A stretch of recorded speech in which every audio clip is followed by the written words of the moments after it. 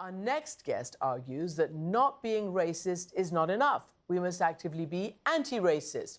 Ibram Kendi has written a book about that, and he is also the founding director of the Anti-Racism Research and Policy Center. You wrote a book recently, literally a how-to book, How to Be an Anti-Racist, not a non-racist. I want you to read just this passage here from near the front of the book, what the difference is. Sure. So this is from the introduction. What's the problem with being not racist? It is a claim that signifies neutrality. I am not a racist, but neither am I aggressively against racism. But there is no neutrality in the racism struggle. The opposite of racist isn't not racist, it is anti-racist. What is the difference?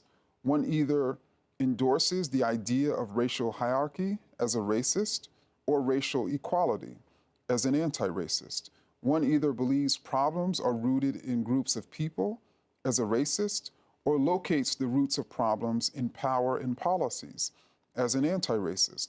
One either allows racial inequities to persevere as a racist or confronts racial inequities as an anti-racist. There is no in-between safe space of not racist.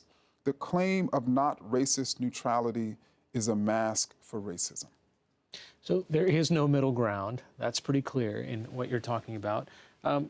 You're trying to sort of take away what has now been called the R word, you know, a pejorative, almost a slur, right? And putting it back into, in linguistic perspective, the descriptor that it is. And you really want people to start to focus on the ideas and acts instead of just the people, right? Yeah, I mean, I think many Americans say that they're not racist because they believe and have been taught, really, that a racist is essentially a bad person.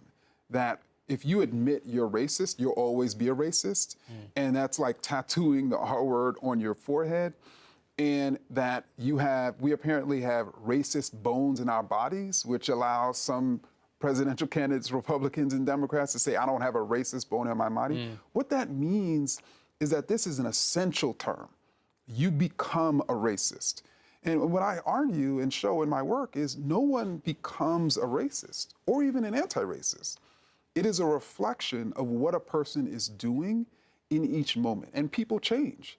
And so if in one moment a person is saying that a particular racial group is inferior, they're being racist. If in the very next moment they're supporting a policy that's leading to equity and justice, they're being anti-racist. And there's so many people with both racist and anti-racist ideas who support racist and anti-racist policies. And because of that, we can't label them one or the other permanently, right? We can only say what they're being in each moment.